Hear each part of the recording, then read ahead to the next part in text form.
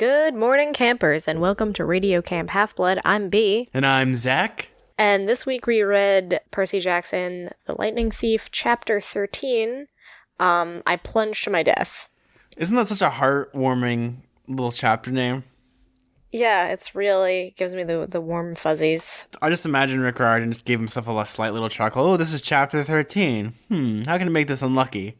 I'm gonna make it especially spooky. Yeah, like the whole time I've been reading this book, I feel like I'm especially attuned to how, like, melodramatic the chapter titles are. They're always, like, not necessarily accurate. They're like fallacies. Hyperbolic, I would say. Yeah, or like they're like tricky with language, where it's like, oh well, do I plunge to my death? I don't know. You'll find out. It's an embellishment of maybe a sentence.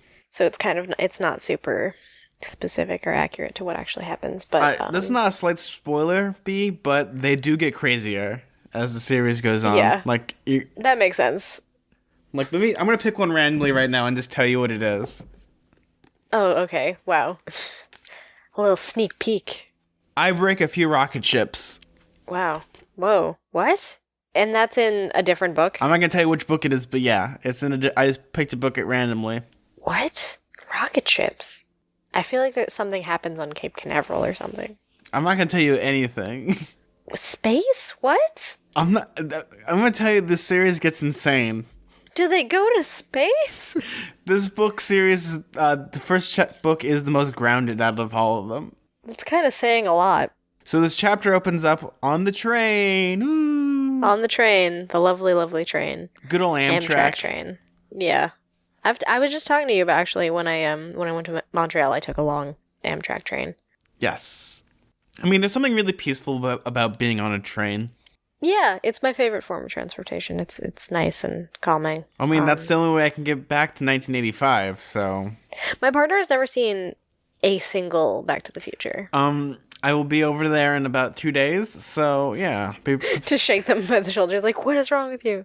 It's like a dark and stormy night, and I just open the door, and it's like, we have to watch them now. But yeah, so they're on the good old Amtrak, and I'm just gonna read, because there's a big major event happens. Are you ready? Yeah. We spent 2 days on the Amtrak train heading west through the hills and over rivers past amber waves of grain. We weren't attacked once. Yep. Because weren't you expecting that there was going to be a big old fight on the train? Yeah, I wanted a train fight. Train fight. We're going to have the great train robbery. Like a fight on top of the train. That's always classic. I feel like Tyler just tweeted the other day, and by the other day, I think possibly yesterday, that he saw someone on the top of a moving train, and he thought that maybe it was Liam Neeson. Because who else would it be? Sir Topham Hatt? Yeah, or possibly Tom Hanks in Polar Express. He plays all the characters. I forgot about that. I forgot that he played like the little boy. He didn't play the little boy, I don't think, but... Did he do the mocap, maybe? Yeah, or something? He did the mocap mocap for most of the stuff. He did the mocap for most of the stuff, but he did the voice of, like, 5 characters. And that's fine. Santa, the conductor. He played the adult version of the boy.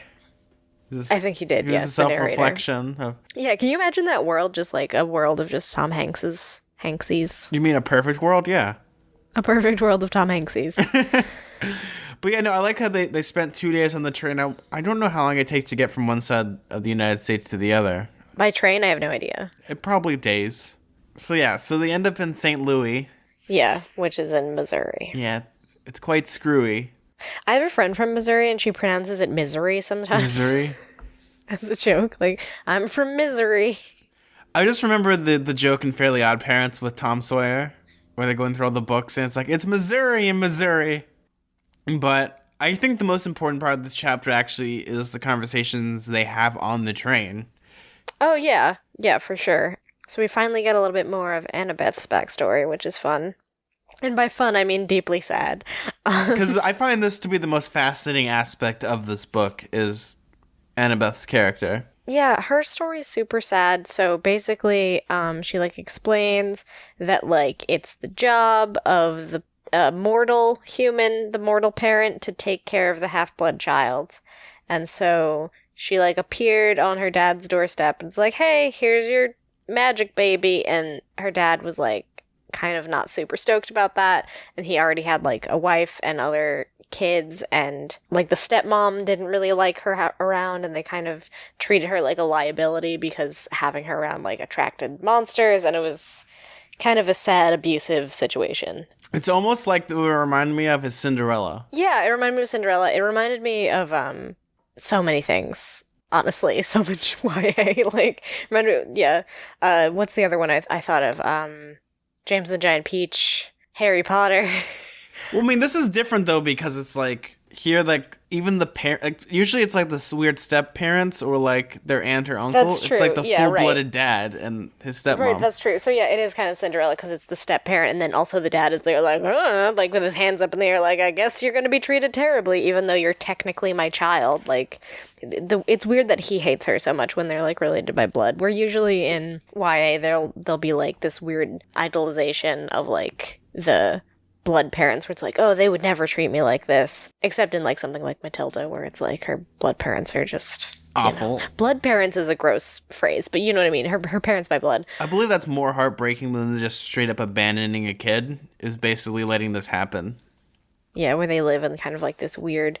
I mean, it definitely does have Harry Potter vibes, especially because it's like this sort of... The parental figures play favorites where like there are kids who aren't kind of abused and neglected, but then there's like this one kid who's like, oh, because you're different and special and you attract danger on our house and you're never going to be... You're putting our sweet baby angels in danger. Yeah, we just want to live our normal lives and you're bringing all this danger upon us. So it's like, it's that similar kind of vibe.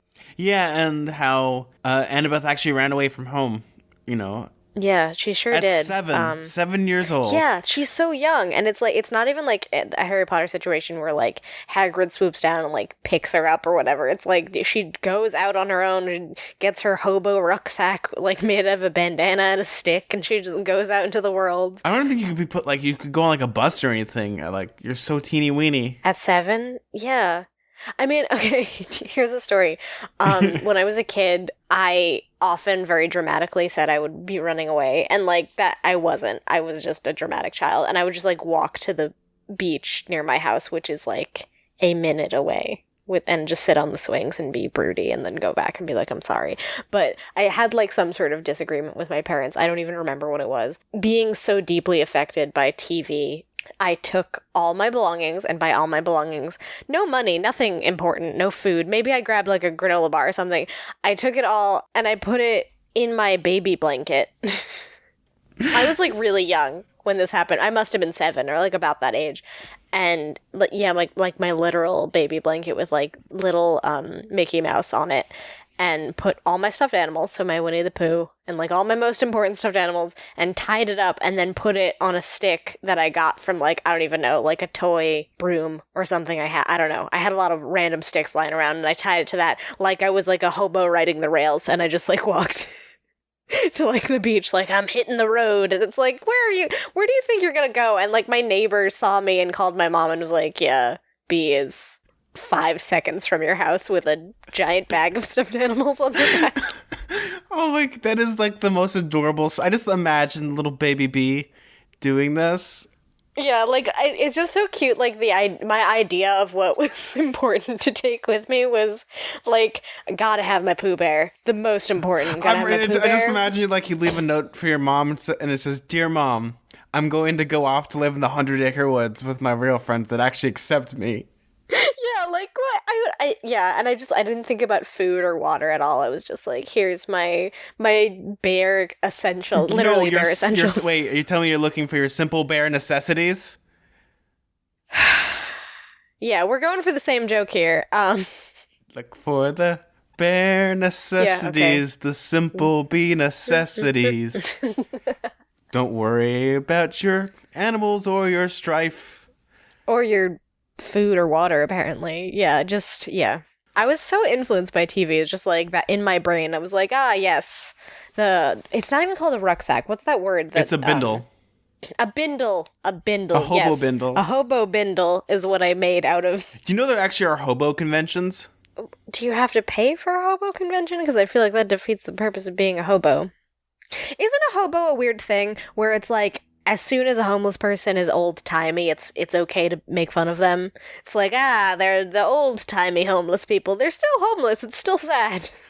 I think it's not. I mean, it's still sad, but I feel like there's like the mysticism of like riding the rails. Oh And yeah, my friend Sarah and I, when she visited this past fall, back in October, she and I and my sister, we all made a playlist of different songs about riding the rails, and it's like a long playlist. Specifically, it started because we were inspired by the song Big Rock Candy Mountain, which has the line, there's a lake of whiskey and a lake of stew. You could paddle all around them in a big canoe. And so we started just using the phrase stew canoe a lot. So the name of the playlist, I think it's like, I don't even remember. Something like hobo rails and stew canoes or something. I don't even know. It's horrible and ridiculous and it's probably somewhat insensitive to homeless people in some regard, but still we find it deeply hilarious that we just have like a very long playlist of just songs about riding the rails. Like there's something romantic about that idea. Like, yeah, I'm just gonna hit the road and get on the train and I don't know, like the Boxcar Children. there's like a really fascinating book that I have. It's called actually called Mole People, and it's about how a lot of homeless people actually go in the sewers and they actually physically build cities. Oh yeah, I've heard of this. And then like that's sort of like the idea of like, if you've ever seen the sequel to Planet of the Apes, like the whole underground. They do the joke about it. They also do it in Futurama. They just I know New the York. Futurama joke. It's like that. Yeah. But yeah, so they get off in St. Louis. They start walking around because they have like a 3-hour layaway, as you do when you do train stuff. And they're carrying their hobo bindle and they're ready to... Oh, but I guess, wait, we forgot the most important thing. Percy's wanted by the law, by the man. Oh yeah, Percy's wanted by the law. Again, super Harry Potter, also Unfortunate Events, also like 9 billion other books where the kids are like, wanted, and there's big wanted posters because they did something right, but everyone, the media perceived it wrong, and so they're on the lam, like that's like super... a thing. Yeah, I mean, I guess the interesting thing about this one, though, is it's like, if I was to look at it from how you would write something, I feel like if you're doing something like that's magical realism, you need to still have that realistic element of it. So if you have both magical creatures and people hunting Percy, it becomes much more... It's like the idea of, like, there's like we have to go into this one room, except as a police officer in front of that room. And, you know, normally it's okay to walk through. It makes more, it blocks the path of least resistance. You kind of have to go around and do other more complicated things so you don't get recognized and all that stuff. I think is really interesting because here, the way they have described Percy is he's like a mad child.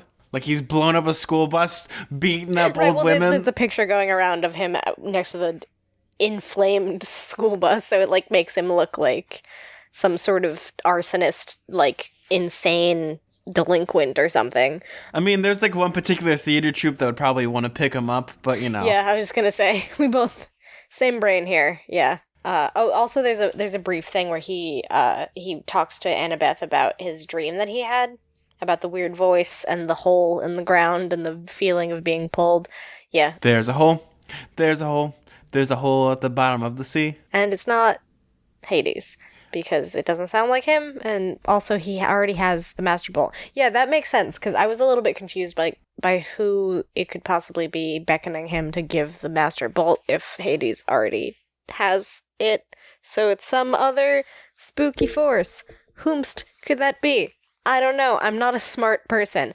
I've recently been talking to my friend Sarah about how she's been binging all of Radio Camp Half-Blood, and she knows a lot about mythology, so she says it's super frustrating for her to read Percy Jackson because Percy's so, like, oblivious to, like, the tropes and characters of mythology, while she's like, it's clearly Medusa, you idiot!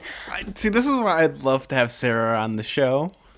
Yeah, because the whole time she's kind of frustrated. And I think she's probably a little frustrated with me being like, I don't know who another evil person in mythology is. I don't. I'm dumb. I have no idea who it could be, so. Would you like a little, not spoiler, but would you like, from the whole body of text that we've read, it's going to be so obvious. Is it the God of War? No, I'm not going to tell you what it is. I'm just going to say it's going to be so obvious that you're going to be like, I'll point it out to you at the end and you're like, oh, okay. Okay. Is it a god that we've already heard of? They've been mentioned, yes. I'm not gonna. That's all we're gonna say. Hmm. I'm stupid. I feel like there's definitely like a very obvious hint that I've already missed.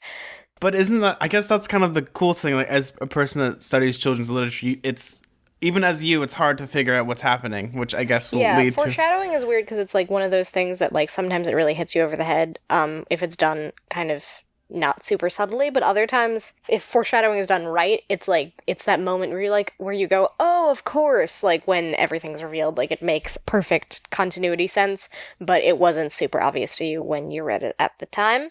So, I like foreshadowing to an extent, but again, like what you said, if it hits you over the head with it, and it's like, yeah, sometimes foreshadowing is very like my example I always go to is like in The Bad Beginning when the whole thing with like Violet's left hand and how she was right-handed and how like signing the document with her left hand would like invalidate the marriage license or whatever and becomes like so over the top after like the third time he's like, yeah, she sure had a right hand that she used because she was right-handed. Right-handed Violet really has a right hand, and it's like, okay, her right hand is maybe important, and then they like really linger, like, and then she signed the document with her left hand, and it's like, okay, well, I mean, like I think like a good example of foreshadowing. I'm gonna use Back to the Future because I think it's the best version of foreshadowing. In the beginning, you see like a little newspaper clip about how Doc Brown's mansion burnt down.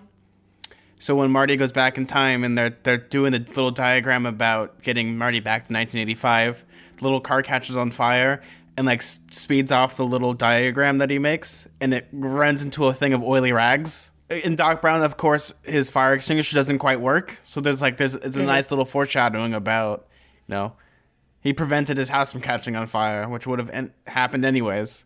yeah, yeah. Sometimes foreshadowing can be good because it's. I don't think it's meant to be there to be like, haha, I'm very clever. I figured it out before everyone else, and it's much more to just like add a sense of through line. Well, I mean, I guess isn't that supposed to be like the appeal of like a detective novel? Is if you're smart enough to figure out the clues, Yeah, I guess that's true. unless like I don't know. I think like Agatha Christie's like a bad example because the whole point of it is these are cases that are unsolvable until They're unsolvable until poor Arthur comes along, because yeah, the whole point is that they're like insane. insane and that you would never think of the solution because it's like complicated. Like I want to just use the example of Murder on the Orient Express. I'm not going to spoil the book, but it's like train murder. Huh, see? I love train stories. But it's like if you like really think about it, that's like such an insane plot, and even he's like, yeah, I'm going to give you two options here. Yeah, exactly. I mean the thing is like also detective novels aren't super fun if you do guess the perpetrator before it's over. Like you keep questioning yourself and maybe you have like a sense in your heart like, oh, maybe this is the person who did it, but to be like 100% sure, it kind of makes the book boring if you know. So foreshadowing is kind of the same way. If it's like just basically spoon feeding you the plot, like, this is coming up, then it's not super fun. I think, but then there's people that like that. They like just trying to trick and try to figure out like what's gonna happen. Like some people, like they find that satisfying to like be like, I'm smarter, I figured it out, or whatever. but I mean, yeah, there's like two categories of people. I guess that's why mysteries are such a good example for foreshadowing because they set all these things up. If you want a really good example of foreshadowing, setting things up, watch Clue with Tim Curry. It has some of the best both foreshadowing and detective work because if you watch it multiple times, you'll understand what's going on.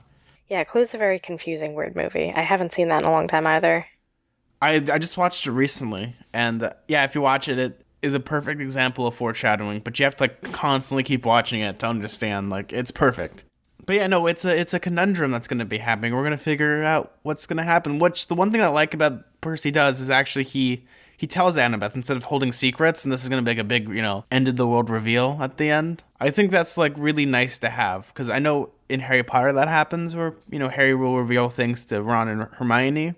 So they all work together as a team instead of like this one character has this deep, dark secret that comes out right at the end. Yeah, I kind of hate that too. BT dubs, here's this thing that happened to me that would maybe help all of us and would have an impact on all of our safeties, I guess. So it would be really dumb if he didn't clue Annabeth into the weird dream he had, which especially in this universe where dreams are prophetic. I mean, it's kind of like the idea, like a Disney Channel movie. It's like, you were just using me? I thought we were friends.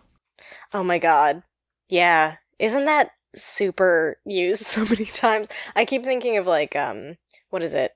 What's the one? The rom-com where they like give her a makeover, and then it turns out the whole time the guy was like, it was like a bet to see if he could like... Sleepless in Seattle? No, it's not Sleepless in Seattle. Is it She's All That? I think it's She's All That. I mean, they made fun of it in Not Another Teen Movie. I mean, I guess both examples kind of work, I guess. So... Yeah, it's She's All That. Because, you know, example. Sleepless in Seattle's a Disney movie. My favorite Disney princess is Tom Hanks. I mean, I kind of like that about this, is how it's not like that at all, and how they're all really honest to each other. Because, you know, they're supposed to be a team. Because, you know, there's no I in team, but there is M-E. Yeah, there is. For a second, I thought you meant the name Emmy, and I was like, who's Emmy? What about ensemble? Wait, that still has an E in it, not I. No, yeah, it's an E. What? What's ensemble? You just make it sound like an I. Words aren't real. Everything's made up. Buy gold, please. I like how we're just gonna like subtly hint that, you know, continuously. And then people will just watch Gravity Falls after the end of this.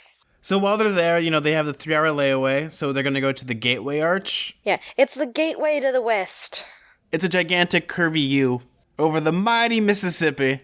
And they decide we're going to go up to the top. And while they're waiting for the elevator, because... I live in New York, and I've never been in the Empire State Building. I mean, that's a good thing, because you probably hit the 600th floor. I'm like, where am I? Yeah, that's true. I've never been to the Statue of Liberty either. You know, I feel like if I come to New York again, we should just go to all these touristy spots. Like, this is where Percy Jackson fought this monster. Yeah. Well, I mean, I was supposed to go to the Statue of Liberty when I was in 8th grade, but it was like still closed down because of like weird security measures, because there was still like a lot of like fear of terrorism and stuff, and so they were like renovating it and also like increasing security measures, so I just never went. I don't know if it'd be that impressive. You're just kind of inside of a thing and you look out on the city. I've seen the Statue of Liberty a million times. I've just never been in it. I don't think you can go in it anymore. Can you? You could go in the Crown and also the Torch. Yeah, they barred it, but I think they then made it a thing again. See, that would be an interesting thing to do, is actually go to all these locations. Because that's the cool thing about this, is like they go to all these national monuments. That's true. They go to a bunch of monuments. I wonder if anything happens in California. I'm not telling you. But yeah, so they decide to go up onto the Gateway Arch, which it's an arch. It's a good arch. I wish I knew someone that could tell me about more architecture than me knowing about Disneyland architecture, but it's big, it's metal, it looks shiny, it crosses over the Mississippi, and I'm just hearing people that probably like work there or like live in St. Louis just weeping right now. Why? Because they think it's really cool and you don't. No, I'm just like, okay, so it's a gigantic U over the water. Yeah, I really don't find it that impressive, but maybe that's just me and my jerky New York sensibilities, where I'm like, it's not as cool as the Empire State Building. It's not as cool as the Hoover Dam. I think the Hoover Dam's kind of cool, yeah.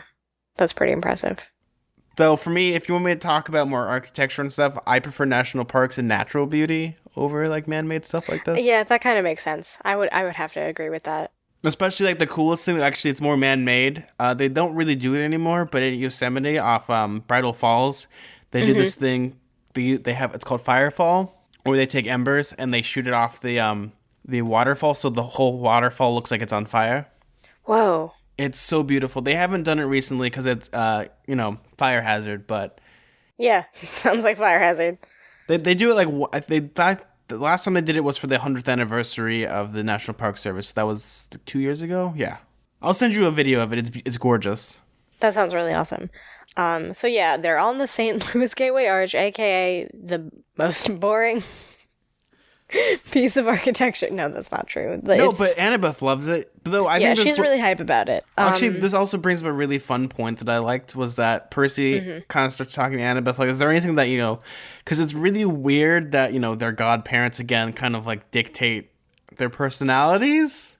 That one time we had a group project. Yeah, the one time we had a group project, Poseidon made the horses and Athena made the carriage, or the chariots. Right, he made the horses because I was actually talking about this.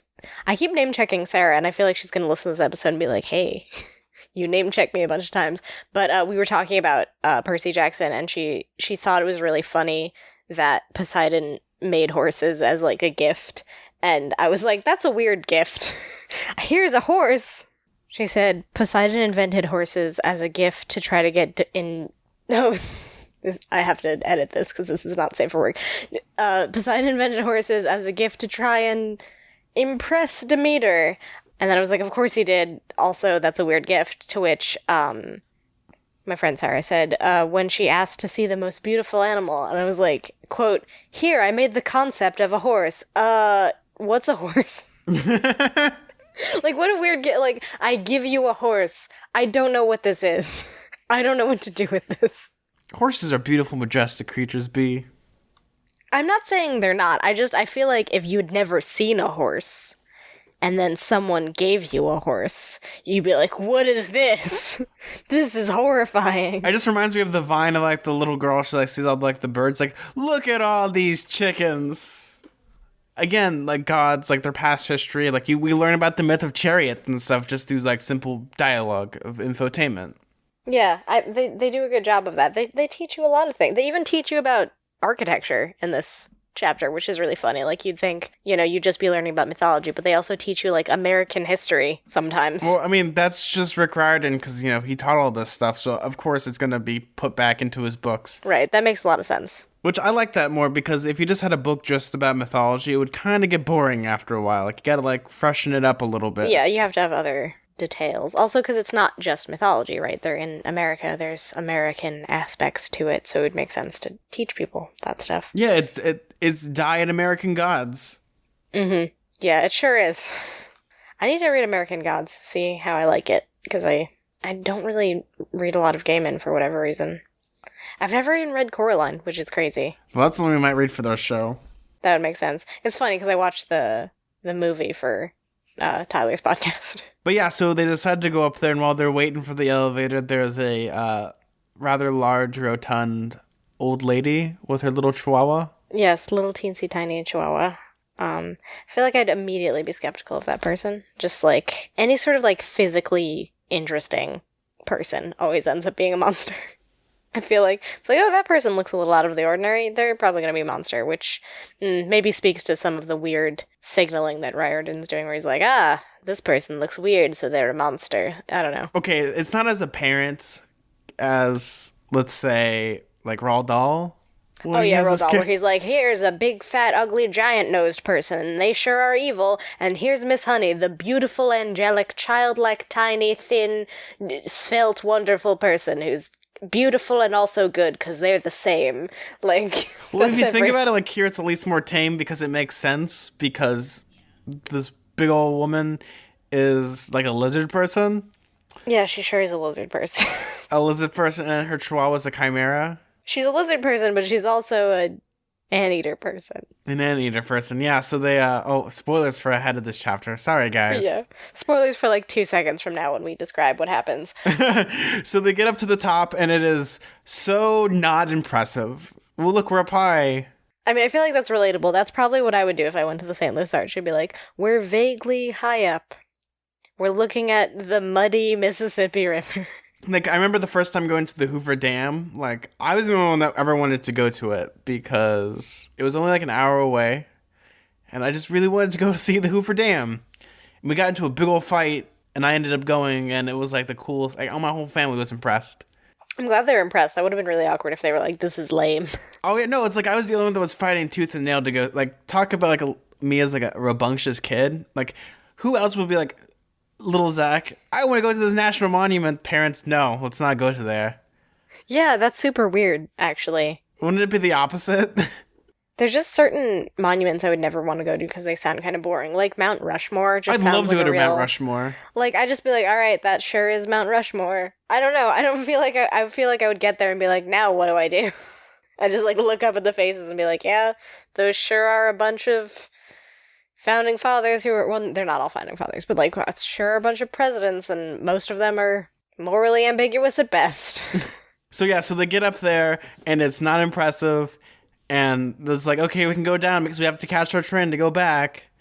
Mm-hmm. And of course, elevators are so teeny weeny that only Annabeth and Grover can fit in it. And Percy's like, yeah, I'll catch the next one. Why would he do that? He already is like feeling some weird vibes, and he's like, "I'll be by myself." Like, come Yeah. Oh on. yeah, I forgot about like they smell like a monster or like. Yeah, well, he's like, "Oh, it smells kind of monstery in here," which is whatever that means. And then Grover's like, "Ah, no, that's just the way the underground smells."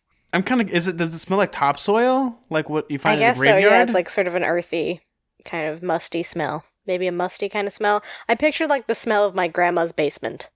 I picture the smell of the haunted mansion. Is that like my grandma's basement? There probably could be one and the same. Probably one and the same. Just a bunch of audio animatronics. Does the haunted mansion intentionally smell like Yes. must, or is that? Yeah, Oh, that's do a purpose. they pipe in a smell? Yeah, they pipe in the smell. It's so when you walk into the main foyer before you go into the stretching room, it smells like topsoil, like as you know, like while you freshly undid a new grave. How did they do that? There's this thing called smellizers that they have. Smellizers? Yes, they're patented.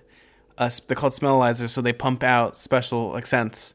They do that, and then they also do that on Main Street, so you can smell like all the smells of baking and stuff are pumped out into Main Street, so you smell fresh cookies and brownies and.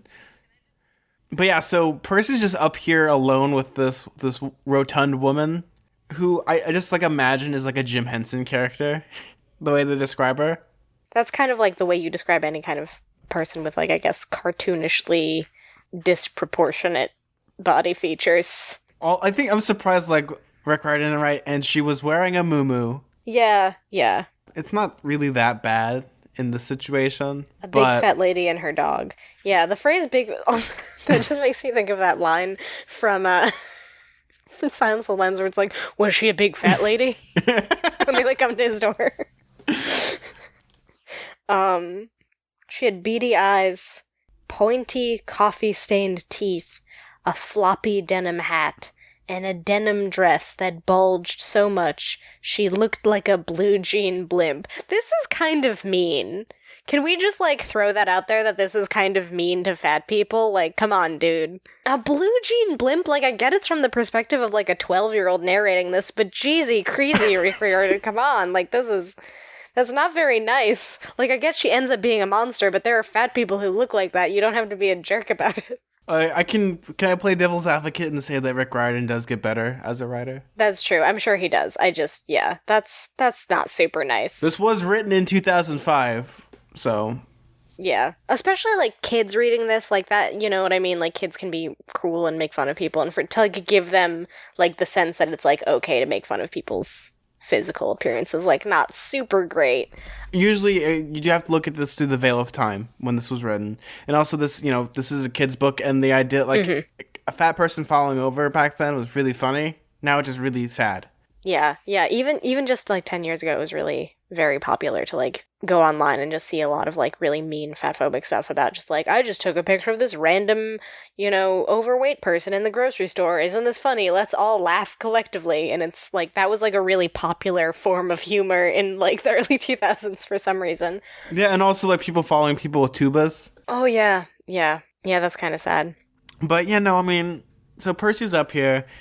And the dog's name, not Sonny, but it's like, this is her son. I mean, a normal person's reaction would be, wait, the dog's her son? To my reaction, I'd be like, of course it's her son. Yeah, like, is it that weird that you would call a dog Sonny? Unless the name's Chabo the wolf baby. That's not a dog, that's a wolf baby. But yeah, no. So, like, Percy's getting, like, really creeped out by this woman. I mean, fair. She has kind of a spooky situation going on. Like, the only way, like, I picture this is, like, an animated series. Like, she's, like, hyper-realistic. And, like, it upsets me. Oh my god, an animated Percy Jackson would be so creepy. I feel like it'd be able to capture kind of, like, the weird character design of all, like, the mythical creatures. I think it would be the art style which would make or break that. Yeah, do you think that Laika would do justice to a You know Percy who Jackson? I think would actually do justice? I think it should be something that's, like... I don't know, it's, like... There's like the weird. There's two branching like schools of thought on this. It could be like more like anime, like anime or like Avatar: Last Airbender like type of animation, or you can have it like Adventure Time or like Gravity Falls. Yeah, I could see like a stop motion thing is what I was thinking of. That would be so expensive though. That's like the problem. I'd love it to be like stop motion, but if you look at these like especially we'll get here right now, and how as they're talking, the dog starts growing. Like this the little Chihuahua, which I hate Chihuahuas. That's the only dogs that I don't like. It depends on the Chihuahua, but yeah, generally speaking, they're just sort of like a tiny rodent of rage. Yes, and it just it becomes like a big doggo, and then becomes a pony-sized doggo, Pony-sized doggo. and then it gets so big that it hits the top of like the observation deck, and then it starts turning more into like a lion, and because the Chihuahua is a chimera, you get those two confused. Yeah, they sound almost the same, right? Yeah, Yeah, the chimera, dear, the fat lady corrected. Not a Chihuahua. It's an easy mistake to make. and then she reveals that she's a lizard person. She hasn't infiltrated the government yet, but how do you say her name? Because I kept calling her Enchilada. It's echidna. It's like Knuckles, the echidna. Oh, you're right. Enchilada. Delicious. Don't eat echidna. Echidnas are kind of cute. They're like if hedgehogs were also anteaters. They're like a little combination of the two. So they're like edgelogs? Edgehogs? They're the edge of a hedgehog. Oh, they're so edgy. Edgelord hog? I don't know what I'm saying. So they look like Kylo Ren. The Ben Swallow, just like a really muscular echidna, like Wait. with like a weird face. V, I'm gonna send you something right now. Okay, I don't know what you're gonna send me. I'm not prepared. Oh my god. Is that Ugandan Knuckles mixed with Ben Swallow? Yeah. Someone made that thinking one of these days this is gonna be relevant. For a podcast. Yeah. So the dog gets super big, and Percy inadvertently has to fight this chimera, because chimeras are freaking cool. Yeah, they got all sorts of stuff going on, because they're a chimera. A chimera is also technically a real thing, right? Where Yes. it's like a liger or something's a chimera. Yeah, like a liger. Gosh. Yeah, or there's other stuff. Freaking sweet. Is a mule technically a chimera? It could be. I mean, isn't that a mule is It's a just horse and a donkey. Yeah. And it's like sterile or whatever. It can't breed more mules. Or like a puggo or a wiener corgi. Wait, what's a puggo? I don't know. A pug and a... I don't know a dog's name that ends in O. A corgo or a porgo. A combination of a pork and a corgi is a porky. Oh no! There's something very wrong with your Wait, dog. I think I have a picture of that. 1 second. Do you? 1 second. I think I do. How much you want to bet? I actually will bet you solid money. Do you have everything saved on your phone? How do you have any space left? I know it exists. I mean, clearly it does. I could just Google pork corgi. I bet it exists. Yeah, it's been done. Oh my god, they're kind of cute. Oh my god, this one is very cute. I kind of want one. I just want a porg. They're cute. No, look at its little feet. Ah! Yeah, so chimeras are adorable, majestic creatures that I want. I mean, once again, Hagrid was right. Oh, that scary animals are actually just adorable. Yes, that they're adorable. Mm-hmm. And Enchilada is going to kill Percy because I guess she's been sent by Zeus. Yeah. Isn't that weird? That is kind of weird. Like, it's kind of like Zeus is like, okay, I'll give you 10 days to, like, get my bolt back. We'll call it evens. But I'm going to also send people after you. It's kind of a strange thing. Because this isn't a Hades creature. Yeah, it doesn't super make sense. Percy starts fighting the Chimera, and it turns out that he cannot actually hurt the Chimera because it's got dragon skills and all these chicken feet. And like a snake tail. And it shoots fire, it has poison fire. Yeah, it has too many things going on. It's a lot. And unfortunately, Percy did not, roll his dexterity correctly. Yeah. And he gets... Yeah, it totally sounds like a D&D character a little bit. You can fight chimeras in D&D. That makes sense. That sounds like a And D&D Percy character. gets bitten by the chimera, which puts poison in him. Yeah, it poisons him because it's a poisonous snake as a tail. He just can't get that constitution save. Percy's gonna fight until he dies, almost. Well, yeah, because he's fading. He's been poisoned. There's really nothing he can do. He has no backup because he sent his friends away on the elevator like an idiot. I don't know why you would do that. Why would you ever let down your guard when you're constantly being pursued by monsters? And while they're fighting, he actually knocks a hole through one of the observation decks, so there's now a gaping hole into the river. Yeah, there's like some really dark stuff here where it's like Percy's So there's like a hole smashed through the observation deck, and then he's sort of like looking down at the water thinking, like, if he were to jump down, would like the monsters kind of disappear and like save the humans? Like, would he save them by sacrificing himself? Which is like a really heavy thing for a 12-year-old to think. Yeah, and it's also just imagine like you look down, because I don't know how far it is down into the Mississippi, but that's a pretty far drop. It's high enough that it would kill you. Percy has to make the choice of jumping. Yeah, like the cost benefit of like, oh, is my life worth saving others or something? The needs of the many outweigh the needs of the few. Yeah. And then like Echidna is like really kind of negging him on, saying like, oh, well, you're the son of Poseidon, and you should not fear water. And then like Percy's like, well, I mean, if I were to jump from here, then the water wouldn't be water anymore. It would just be like a solid surface that smushed me into a million pieces. So it's not super great. Also, like, there's Poseidon has domain over the oceans. Does he have domain over all water? How does that work? Like, he says, like, this wasn't the sea, this was the Mississippi, dead center in the USA. There was no sea god here. Like, I don't know how that works. Also, the Mississippi flows into the ocean, does it not? Yep, it goes into does it flow into New Orleans? That's like one of the ending points, so. Mm-hmm. The Atlantic? I don't know. I don't know geography. I feel like this podcast is just me sounding dumb to a bunch of people. I don't know geography either. People are like, oh my god, you guys are idiots. Percy jumps, and just imagine the hang time. Yeah, just like that moment in between where he's like falling to his death, quote unquote. He's not gonna die. Like, come on, that'd be such a weird ending. Then it's just it's another 100 pages of him talking about his funeral. Like, what? Well, I mean, the whole chapter could be his life flashing before his eyes. Yeah, basically. I kind of like this though. There's only one part that kind of was like really gimmicky, which I think is gonna sound really weird. I think that Rick Riordan was trying to write something out of Star Wars. What do you mean? Die, Faithless One. Enchilada rasped as the Chimera sent columns of flames towards his face. Father, help me, I prayed. I turned and jumped, my clothes on fire, poison coursing through my veins. I plummeted towards the river. Like, that's such a weird thing to say. Like, Father, help me. Yeah, that's pretty Star Warsy. Yeah. Well, I mean, obviously he's just like trying to like beckon Poseidon, like, hey, I know water's kind of your deal, so could you help me out if you can? Could you do me a fave, please? Yeah. Thanks, do me Peepaw. a solid, or else this river's gonna do me a solid, and I'm gonna be squished.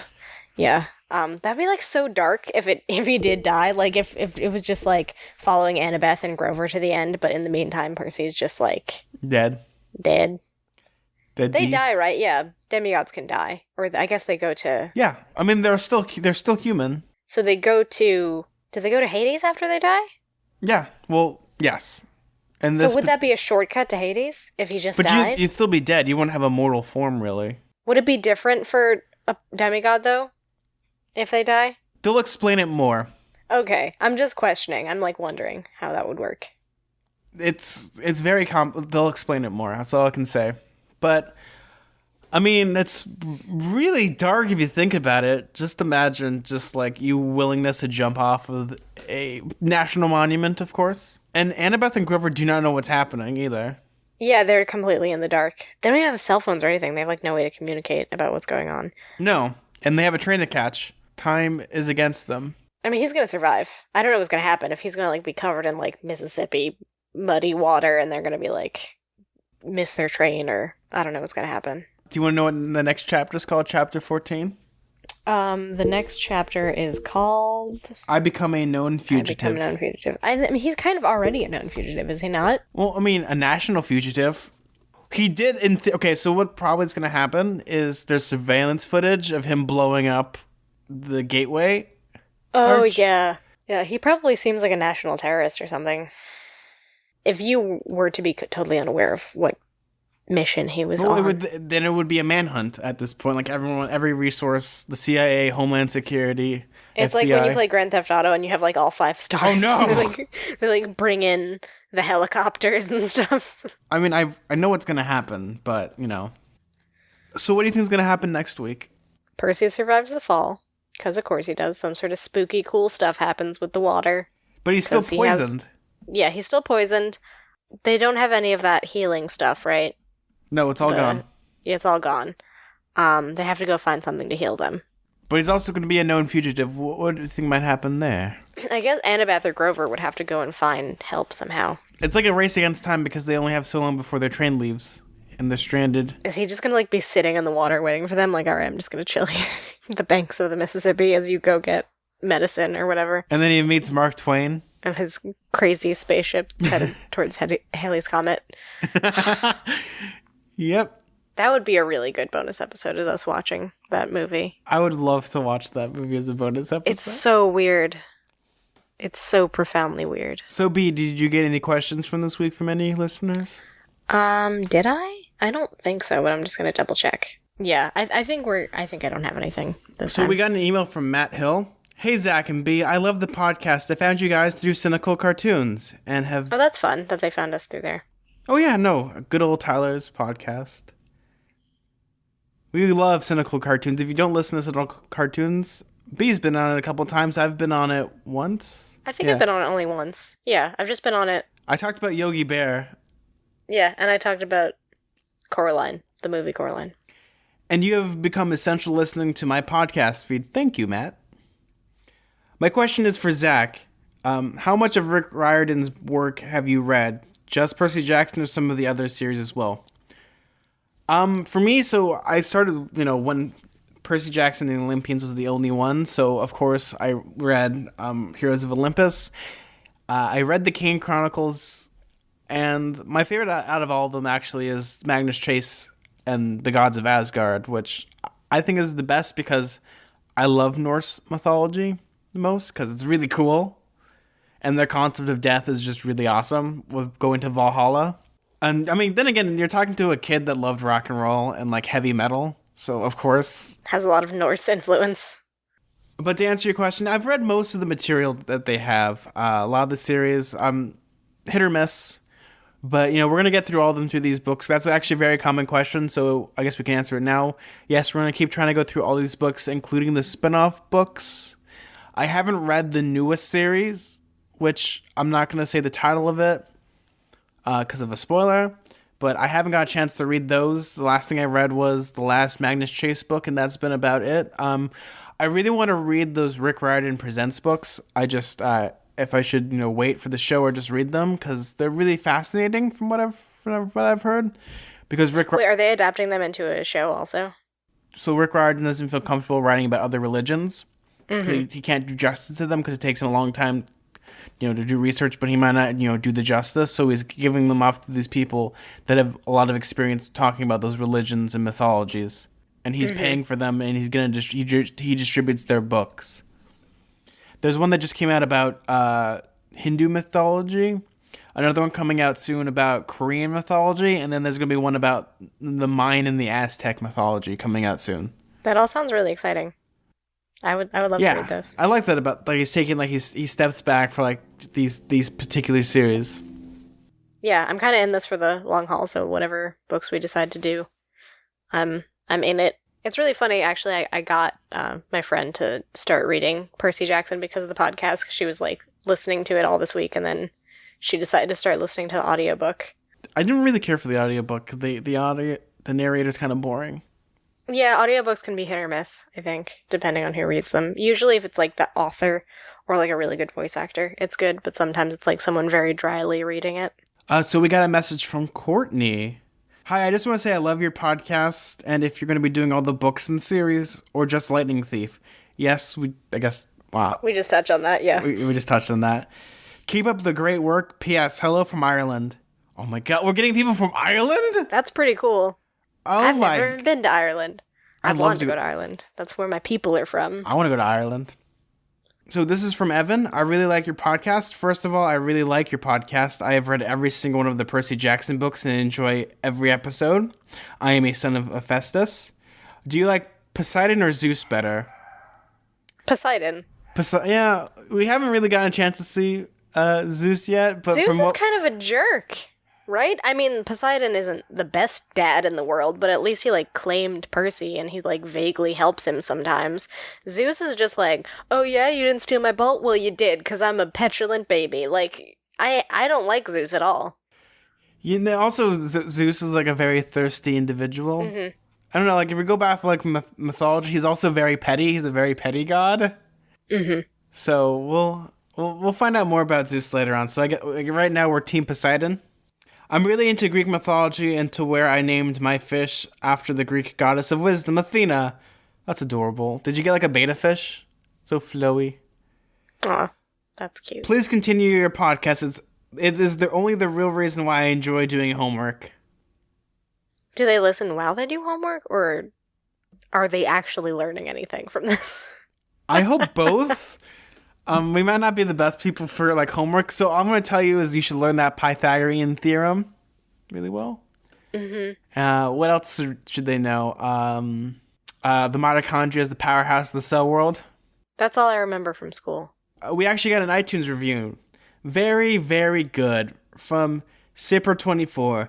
I really like your podcast. We really like you, Sipper24. Yeah. Nice, short, sweet, to the point. We love it. We love when we get reviews. So thank you so much, everyone. And thank you for sending the wonderful emails. We really appreciate when we get emails, and we love reading them and talking about them. Yeah, I love all the messages we get, the tweets, the emails, all of the things. Always brighten our day. Though, if you do get like a little upset that, we have to redact some things, it's for the purpose of show content. Yeah. So if there's like a specific question that is either further in the series or not, I'm the one, I usually look at the emails first before sending them to B. And yeah, you vet them so I don't get spoiled. Yeah. Hopefully soon our cover art will change and you guys will yes, I'm so excited. I guess we forgot to talk about our new cover art. Yeah, you can see it on our respective Twitters, as well as the It's Camp so Half-Blood adorable. Twitter. But I love it so much. It's very good. We look like little Muppety people with our mouths open in joy. You want to just describe it really quickly? Yeah, basically our new cover art is the two of us in person, which is not a thing that has ever happened. No, I don't even... I know what B looks like, but like we've never actually been in the same 100-mile radius. Not that I know of. I look like the cartoon. Really captures my being. It really captures our sort of personalities. I don't know what our personalities are. We look like little Adventure Time characters. It's adorable. A little ukulele ballad for an intro. Oh, yeah, that would be really cute. I have a ukulele. I could vaguely play ukulele. I could probably get someone to make us a little intro theme. Yeah, that would be fun. That's what we need. That or like an acoustic, like a campfire song. Yeah, that would be really cute. Let's gather around the campfire and talk about mythology. Oh my god, I'm writing something. You already wrote it down. Wait, let's gather around the campfire and talk about mythology with your friends Zack and B. Do. Oh my, there we go. Yeah. You just end. I like any theme song that ends with do and just kind of zooms in with a vignette over our faces, and that's exactly. It would zoom in on our little cartoon Radio Camp Half-Blood faces, and that sounds adorable. So if anyone ever wants to make us an intro, we'd totally like feature it and play it. Yeah, just someone out there with talent. Even if you don't have talent, that would be even more. I think like the arts and craft feel of it would be fun too. I have 3 ukuleles in my home. I have and I don't one. Play them. Actually, I have 2 ukuleles. One is mine. One is my partner's, and then I also have a banjo-lele, which is like a ukulele, but also a banjo. Had a baby, and it's like a tiny little banjo. It's very cute. Also Tyler plays the ukulele, so like I think we should just form like we all play ukulele.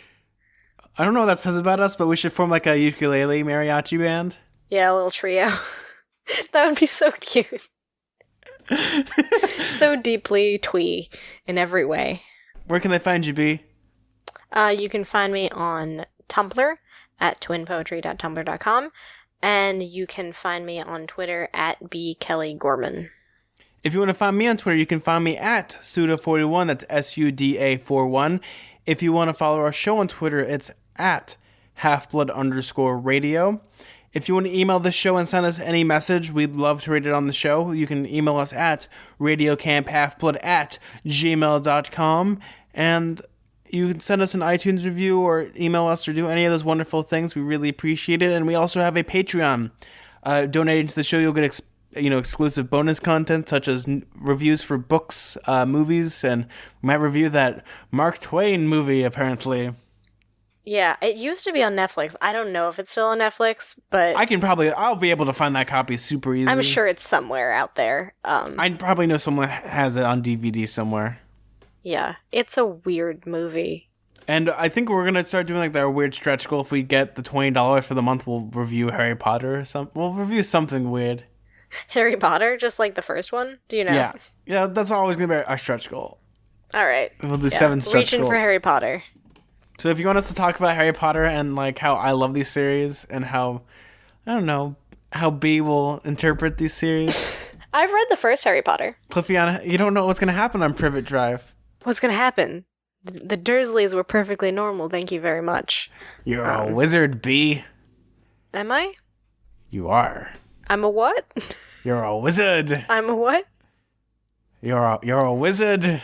Am I a half-blood? How would a wizard half-blood? So you have like ancient Greek magics. Oh my god, what if you were a mudblood and a half-blood? Oh my god. You were half wizard, half demigod. Your mother was Poseidon and your father... Wait, your mother was Poseidon and your father was McGonagall. Like, what are you talking about? I'm gonna leave it like that. Talk about, like, the main character of both series. That sounds like a sitcom. Yeah, just a sitcom of two of them. I'd love to see a sitcom of, like, Harry Potter and Percy Jackson living together in an apartment. Like, coping with their weird, traumatic childhoods. Oh, as flatmates? Yeah. Just hanging out. Just, like, being like, yeah, I had a really weird adolescence, didn't you? Yeah. And then they just invite Klaus over? Yeah. Why hasn't this been, like, a skit yet, where it's just, like, all the different YA protagonists at like a support group talking about the stuff that they've been through? That'd be a funny idea for a sitcom, just like a grief council that talks about people getting over fictional characters. That'd be really good. I would watch that. You could take that idea. That's free, you guys. I'm not gonna do it. Take it, Hollywood, and don't do anything with it. That's true. Don't do it, Hollywood. I wouldn't trust you. But yeah, well, I'm Zach. I'm B. And keep staying mortal. Bye.